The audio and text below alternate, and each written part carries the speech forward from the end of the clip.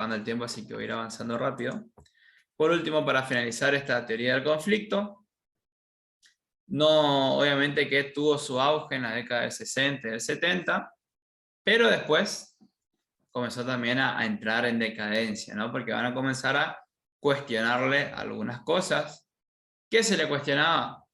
También muy similar los cuestionamientos que se le hacían al funcionalismo. ¿Cuál eran? Fíjense acá este segundo ítem. Que nuevamente esta teoría, ¿qué hacía? Asignaba una gran importancia a las estructuras, a los grupos sociales, y no a los individuos. Es la misma crítica que se le hacía a los funcionalistas.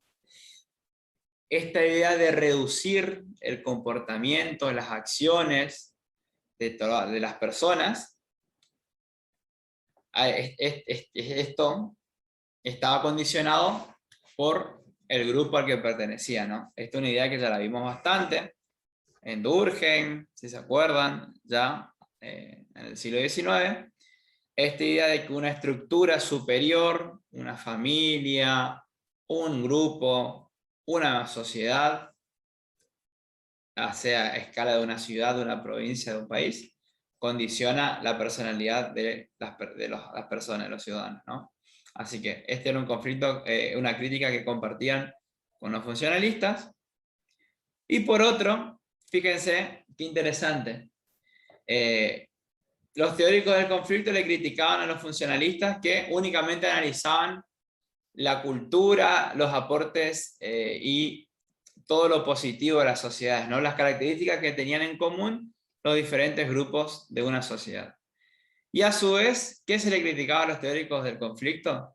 Que únicamente analizaban los conflictos que había, conflictos políticos, económicos, es decir, solamente se centraban en una sola o un par de temáticas y no tenían en cuenta, no valoraban los elementos que sí tenían en común las personas. Porque, por ejemplo, por más conflicto que yo tenga, supongamos, vamos a pensar características de una cultura en común que tenemos todos los argentinos, independientemente de la clase social, de la religión, de si soy blanco, rubio, flaco, gordo, morocho, etc. A ver, juntarse a comer un asado, mirar un partido de fútbol, la mayoría al menos, lo mismo con el asado. La celebración de las fechas patrias, ¿no? Que se pueden pelear los de derecha, los de izquierda, Macri, Cristina, etc. Pero siempre se va a festejar el 25 de mayo, el 9 de julio, ¿no? O sea, son cuestiones que son comunes ya a todos, independientemente de si lo vivimos o no, cuestiones religiosas como la Navidad, por ejemplo, que por ahí yo estoy convencido que hay mucha gente que por ahí piensa que, o no sabe realmente que es Navidad de época de fiesta, pero no el significado religioso que tiene, ¿no? Si nos ponemos a pensar en él. Así que bueno, estas eran algunas de las críticas que se le hacían a estos hombres, por lo cual al final del siglo XX también va a entrar en decadencia las teorías del conflicto. Bien. Y ahora vamos a explicar esta, la que va a entrar en el trabajo. Por ahí voy a tratar de explicar esta y vamos a ir terminando.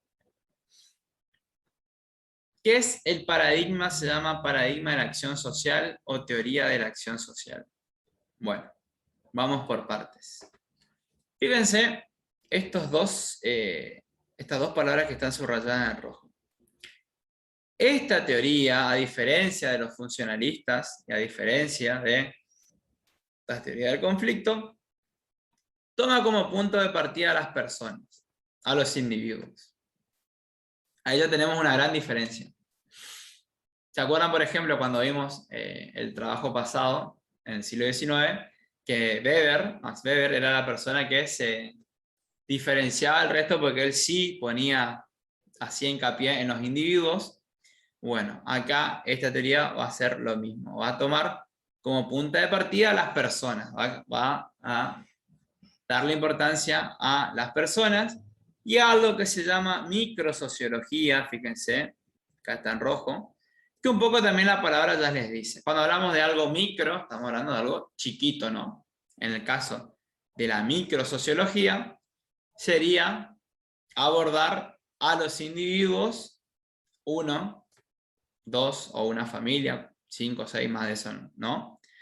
Y bueno, las interacciones sociales, ¿no? Su vida cotidiana o en situaciones específicas. Así que acá le tenemos, presten atención, una gran diferencia, ya que la teoría de la acción social va a hacer hincapié en las personas y en la microsociología, en estudiar la vida cotidiana de un individuo o un puñado de ellos, no de una sociedad a gran escala. Así que ya tenemos la primera gran diferencia de esta teoría. Bueno, como son, fíjense, falta 1 minuto, así que voy a finalizar. Bien, entonces como le dije, las teorías de la acción social que estuvimos viendo van a hacer hincapié en el estudio de las personas, en el estudio de la microsociología, y van a tener, o le van a dar un papel muy importante a los significados. Presten atención, tengan en cuenta esta palabra, significados. Ya les digo por qué. Dentro de estas teorías de la acción social, la que nosotros vamos a ver es esta, tiene un nombre bastante particular, ¿no? Se llama interaccionismo simbólico.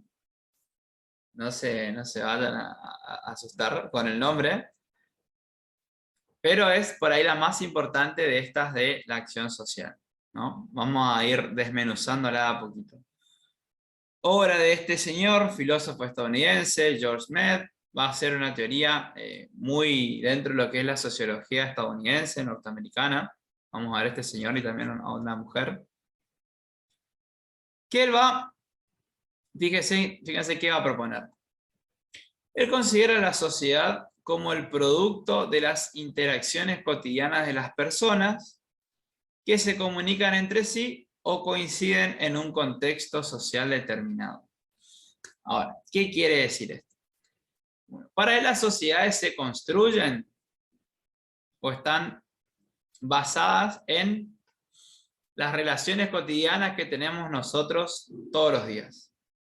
Por ejemplo, las interacciones que tienen ustedes, se levantan, desayunan, están hablando con su familia, van a su trabajo, ahí hablan nuevamente con la gente, con sus compañeros de trabajo, con gente que por ahí a la que brindan un servicio, que aparece, que vienen, van.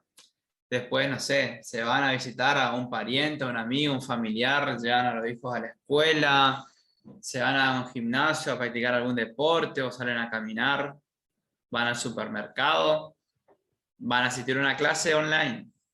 Piensen en todo lo que hacen durante un día.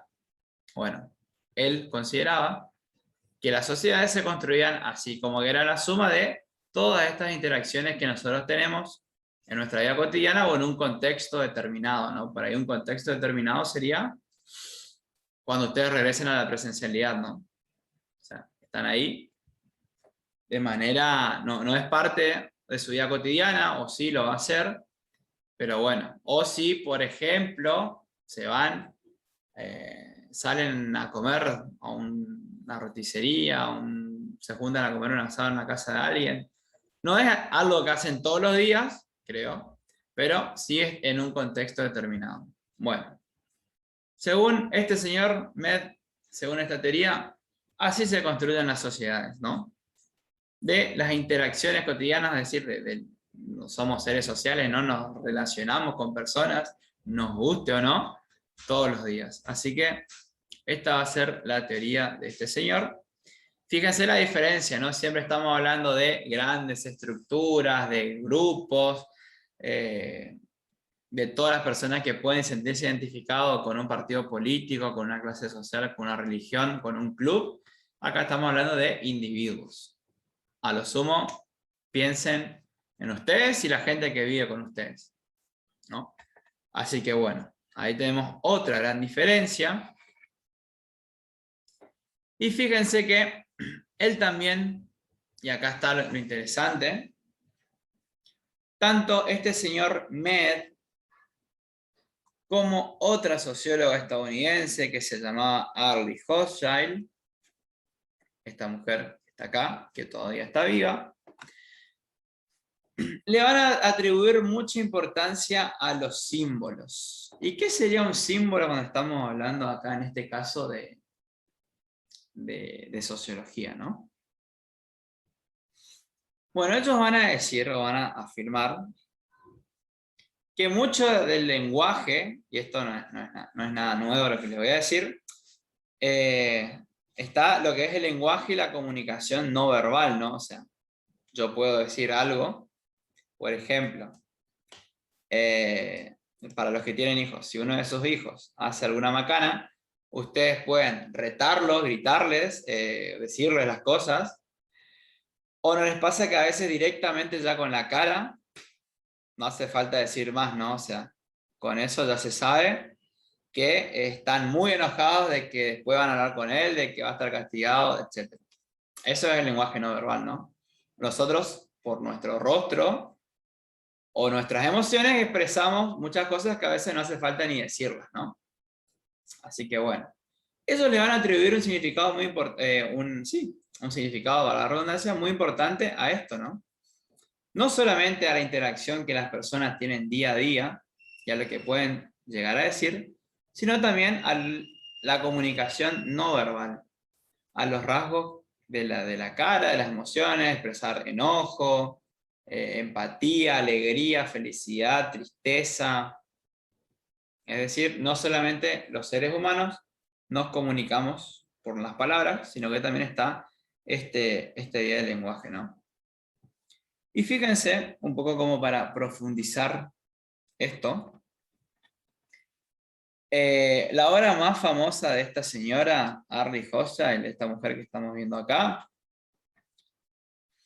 bueno, está en inglés, más o menos significa manejar el corazón, la comercialización de los sentimientos humanos. Así se llamó la obra, una traducción rápida que estamos haciendo. Y fíjense de qué trataba esta obra, es muy interesante.